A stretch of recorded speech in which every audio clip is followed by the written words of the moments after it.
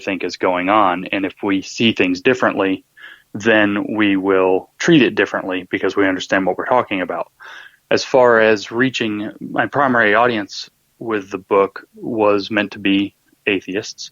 And since they are already largely free of the vestiges of belief, it would be easier for them to change their approach than to have, say, dyed-in-the-wool Christian believers jump on board with this kind of an interpretation. Although I have had a much more positive response from Christians about the book than I have from atheists. What I would say is the way forward is to start doing what kind of the new atheism movement kind of wanted to do all along. Sam Harris mentioned this in 2005, is to start treating the religious stuff just like it's a myth. I mean, when all of these old arguments to, it's the same as Santa Claus or it's the same as fairies, that's largely correct. Now, people are using these for much more important psychological and social needs. So you want to approach the topic cognizant of that and aware of what you're working with in terms of, people's identities being tied up in these beliefs and so on.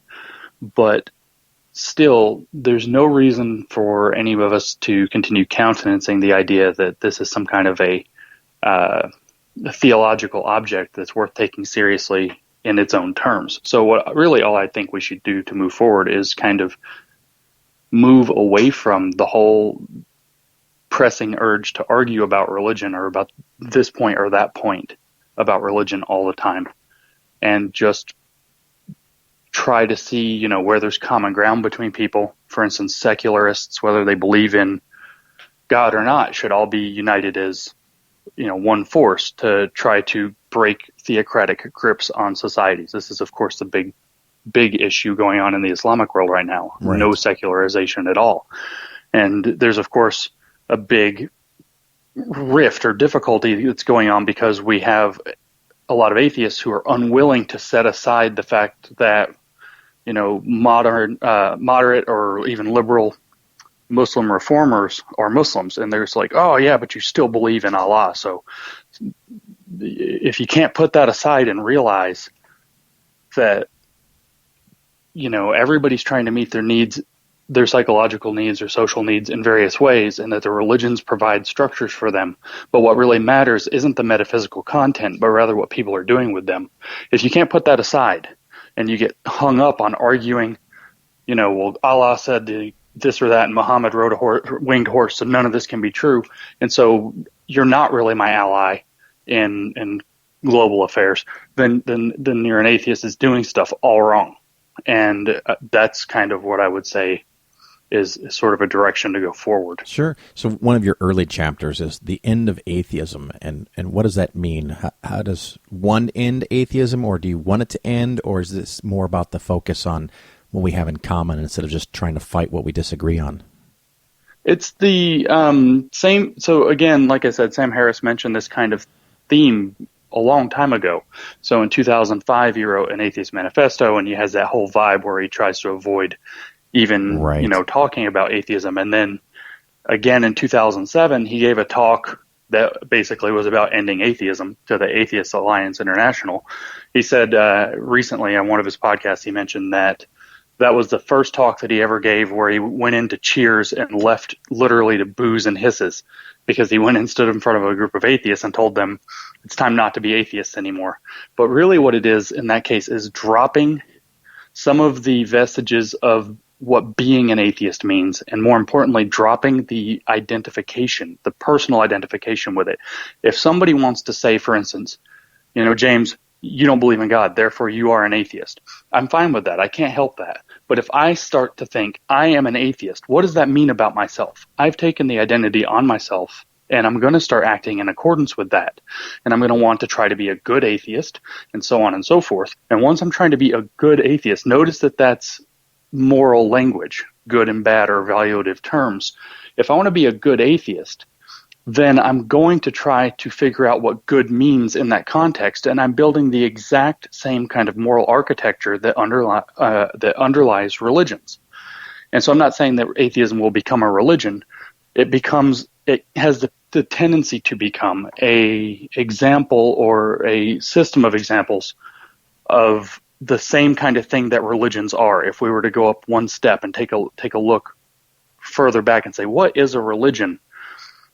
The thing that religions really work out to be is what I'm calling moral tribes. They're groups of people that are gathered together around, very strongly motivated by, I should say, not just gathered together around, very strongly motivated by moral values, and they've taken on the aspect of sacredness in those values to where they're not to be questioned.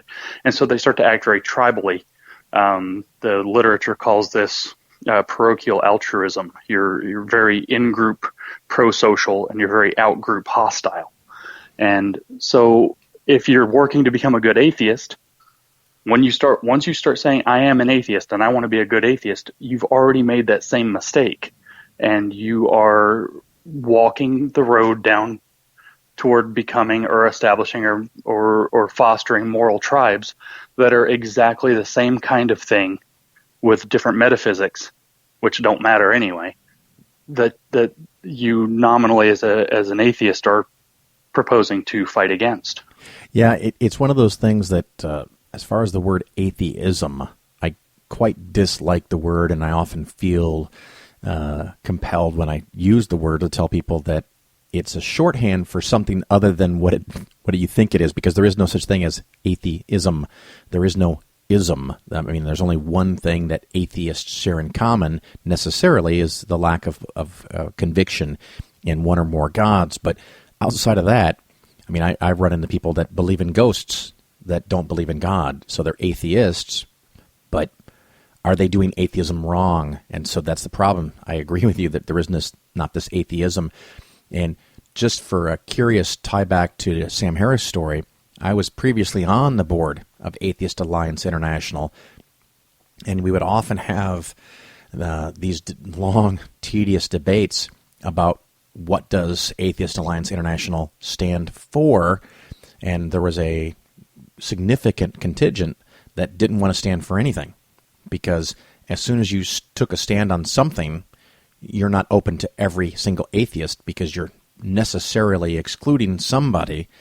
And I kind of came to the opinion that if you don't stand for something, you eventually stand for nothing, and there's no point. So just being a knot in one position doesn't solve anything. And I don't know exactly where to go with what you're saying, because I don't know where to go with what I'm saying. But at some point, we have to have a group or a collection like you're talking about where we accept values and try to work together on those issues. Another topic you have here is post-theism. What does that world look like? So let me actually address what you just said just a little bit, and then I'll kind of segue into post-theism. So, or maybe I'll say post-theism first. Post-theism is where the theism part has become irrelevant.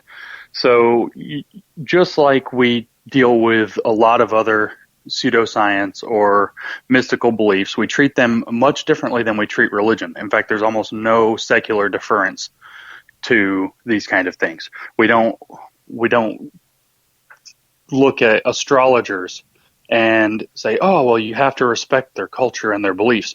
Nobody says that. And so post-theism is kind of the same thing. I used to use the example, although it's much more complicated now, of Western Europe. If you don't count the influx of Muslims, because if you look at how the people in Western Europe, often the UK or Sweden, look at religion versus how, you know, atheism portrays itself in the United States, where religion is much more relevant, you get this big feeling, kind of like their attitude is just, that's stuff we used to do. Right. You kind of have to be nice to it. That's a much closer thing to post-theism than what goes on here, where we have organizations that are very outspoken. Not that I have too much of a problem with some of these organizations. American Atheists is one. Freedom from Religion Foundation is another. These are very outspoken organizations that particularly work for legal advocacy and some political aims, which is fine with me. And that kind of brings back to what you were just saying, is what do we do with these kinds of groups that do need to stand for something? Well, there's a million things that atheists often do stand for without having to say that it's atheism. For instance, I would venture that nearly all, if not all, atheists are secularists. It seems that it's impossible that somebody who doesn't believe in God should favor theocracy, because there's some clear disconnect going on there. I'm not going to say nobody does, because there's strange stuff out there. Yep. But so uniting around secularism. So if it had been, Atheist Alliance International, I don't even have a problem with such a name, as long as it doesn't necessarily say what we're doing is the aims of atheism. If it were to say rebrand itself as the Secularist Alliance International or whatever, now we're talking about something that is a real objective. It is something that people stand for. And anybody that would alienate by turning the tone from atheist to secularist, first of all, I can't even imagine who it would be. But I don't know that it's that much of a loss if it were to alienate people. So I actually gave a talk recently in Los Angeles to Atheists United there, and I was like, I'm telling you guys to end atheism, and it's in your name. What should we do about stuff like this? I don't think that it's terrible to use the branding of atheist right now, because it is really identifiable and it will lead people. But mission statements should be crafted very clearly, I think, of organizations like that, to point out that the goal isn't to promote atheism, it's to leave religion behind. And the aims are going to not be couched in what makes somebody an atheist, but rather, what does it mean to be a secularist? What does it mean to be a humanist? What does it mean to do these different approaches to things that many atheists happen to align with, by virtue of the fact that we don't have a belief in God, and so we're likely not to want sectarian governments, and we need another approach to ethics and things like that. Well, I was hoping you could stay a little longer. I got to take a commercial break. Can you stay with me? Yeah, absolutely. All right, listeners, we're going to do these important commercial messages, and we'll be right back. Here's an excerpt from Nailed by David Fitzgerald. Didn't there have to have been a Jesus? Perhaps he was just a wandering teacher or an exorcist, an apocalyptic prophet or a zealot who opposed the Romans. Perhaps he was all these things, or even a composite of several such early first-century figures. But at any rate, surely there had to be somebody at the original core of Christianity, arguably the most famous individual in human history. All this seems to be a perfectly reasonable, completely natural assumption to make, so why would anyone be so foolish as to propose that Jesus never existed? Doesn't it just make more sense to assume that there was a historical Jesus, even if we're unable to recover the real facts about his life and death? As it turns out, no. The opposite is true. The closer we look at the evidence for Jesus, the less solid evidence we find, and the more we find suspicious silences and curious resemblances to the pagan and Jewish religious ideas and philosophies that preceded Christianity. And once you begin to parse out the origins of this tradition or that teaching from their various sources, the sweater begins unraveling quickly until it becomes very difficult to buy that there ever was, or even could have been, any historical figure at the center. Nailed by David Fitzgerald is now available at atheistaudiobooks.com. You're listening to The Phil Ferguson Show on Secular Media Network. All right, everybody, welcome back. This is Phil Ferguson, and you are still listening to The Phil Ferguson Show. With me today, I have Dr. James Lindsay, and his newest book is Everybody is Wrong About God, and we were just talking about the end of religion, post-theism, and where do you want to go from here? What do you have in mind?